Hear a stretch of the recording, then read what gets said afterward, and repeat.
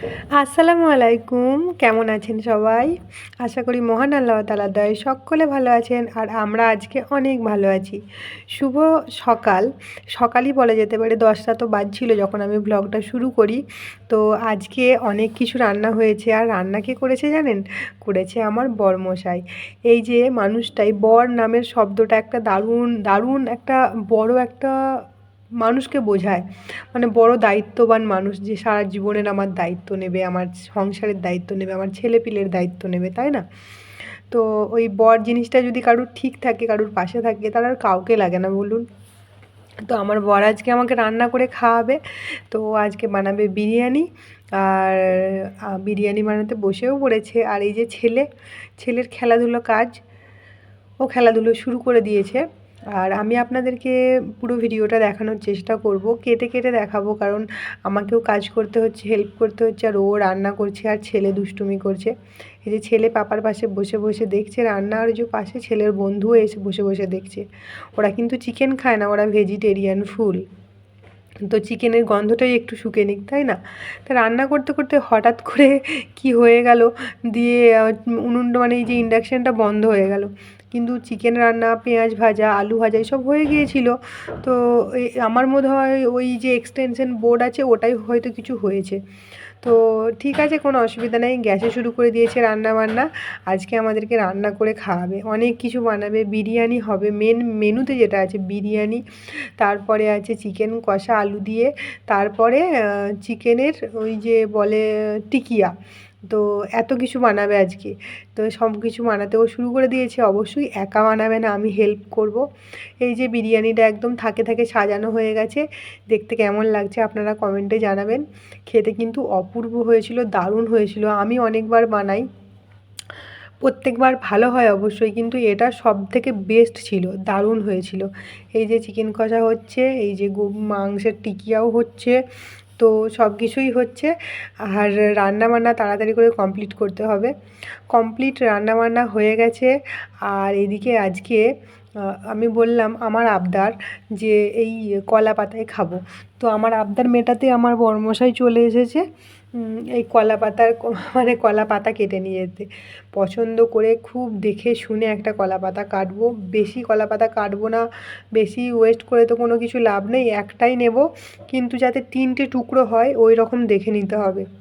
আর এই যে কিছু কিছু ছেলেও হাজির আবার খালি পায়ে, বাবা ছেলে দুজনেই খালি পায়ে চলে এসেছে। এখানে কত পাথর কুচি আছে, পায়ে যদি কিছু ভুঁকে যায়, লেগে যায়, তাহলে খাওয়া দাওয়া মাথায় উঠবে, বিরিয়ানির জায়গায় পড়ে থাকবে, আর ওর কান্না সামলাতে সামলাতেই অস্থির হয়ে যাব। তো এই যে পাতা চয়েস করা হচ্ছে, আমি বলছি এটা কাটতে, ও বলছে ওটা নেব, এই করতে করতে দেখি কোনটা চয়েস হয়। তো আজকের ব্লগটা বেশি বড় নয়, অবশ্যই আপনাদের মূল্যবান সময় নষ্ট করে আমার ব্লগ দেখছেন, যারা দেখছেন তাদেরকে অনেক অনেক ধন্যবাদ। প্লিজ একটু কষ্ট করে আমার ব্লগটা দেখবেন, ভালো লাগলে আমার পাশে থাকবেন, আর একটু লাইক করবেন, শেয়ার করবেন। আর যারা যারা এখনও চ্যানেলটিকে সাবস্ক্রাইব করেননি তারা প্লিজ চ্যানেলটিকে সাবস্ক্রাইব করে আমার পাশে থাকবেন। তো এই যে একটা পাতা পছন্দ হয়ে গেছে, সেই পাতাটাই আর কি কাটবো। এটা কিন্তু কালকের ভ্লগ ছিল, মানে সানডের ভ্লগ ছিল, আজকে আমি এটাকে পোস্ট করছি। কারণ সানডেতে ছেলে থাকে, ছেলের বাপ থাকে, মানে আমার স্বামী থাকে, তা ছেলের পাপা থাকে। তো এত কিছু নিয়ে আর ওদেরকে বিকেলবেলায় এইটা ওটা বানিয়ে দিই, তারপরে সারাদিনে অনেক রান্না বান্না থাকে। তো ব্লগটা আর পোস্ট করা হয় না, একটু কাজের চাপ থাকে। আর আজকে ছেলে স্কুলে যায়, আমি একটু ফ্রি থাকি, সেই সময়ে এটাকে এডিট করে আপলোড করে দিই। তো এইভাবেই আমাকে ভিডিও বানাতে হয়, অনেক কাজের মধ্যে আমার একটা শখ, আমি শখ পূরণের জন্যই বলতে পারেন এটা করি। তো খাবার দাবার নিয়ে বসে পড়েছি, পাতাগুলোকে বেশ সুন্দর করে একদম বাসন মাজা যেই সাবানটা থাকে সেই সাবানটা দিয়ে বেশ ভালো করে ধুয়েছি, কোনো রকমের কোনো ময়লা নেই, তারপরে আবার মুছে নিয়েছি।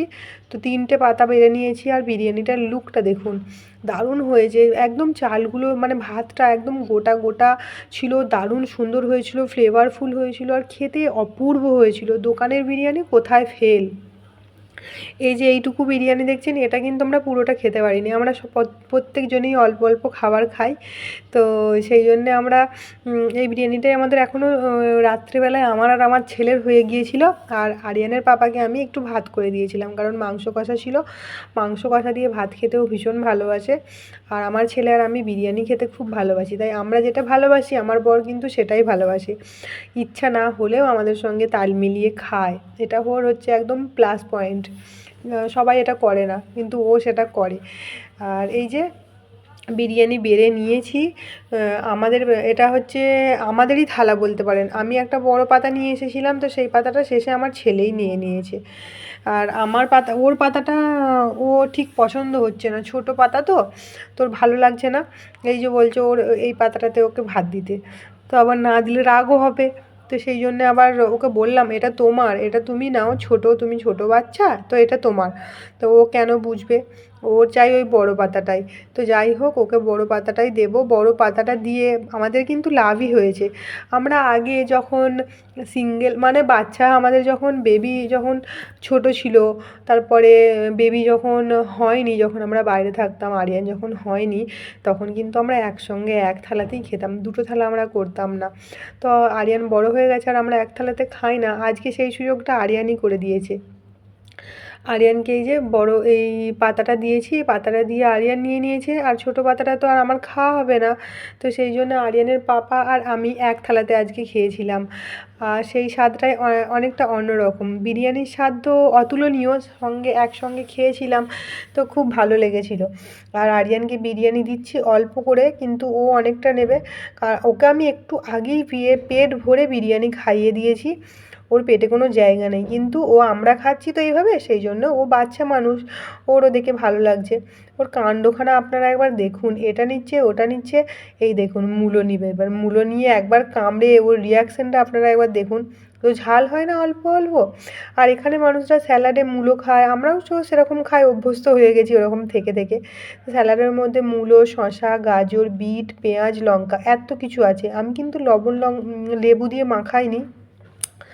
আসলে লেবুতে আমি বেশি, আমার ঠান্ডা লেগে যাচ্ছে, তো সর্দি হয়ে আছে, তো সেই জন্য। আর আমি এখন কিন্তু ভয়েস দিচ্ছি, এডিট করছি, বিরিয়ানি দেখে আমার জিভে পানি চলে আসছে। আমি বিরিয়ানি খেতে খুবই ভালোবাসি, মানে খুব, মানে কি, প্রচুর। আমাকে রোজ দিলে আমি রোজ খাবো এরকম ব্যাপার।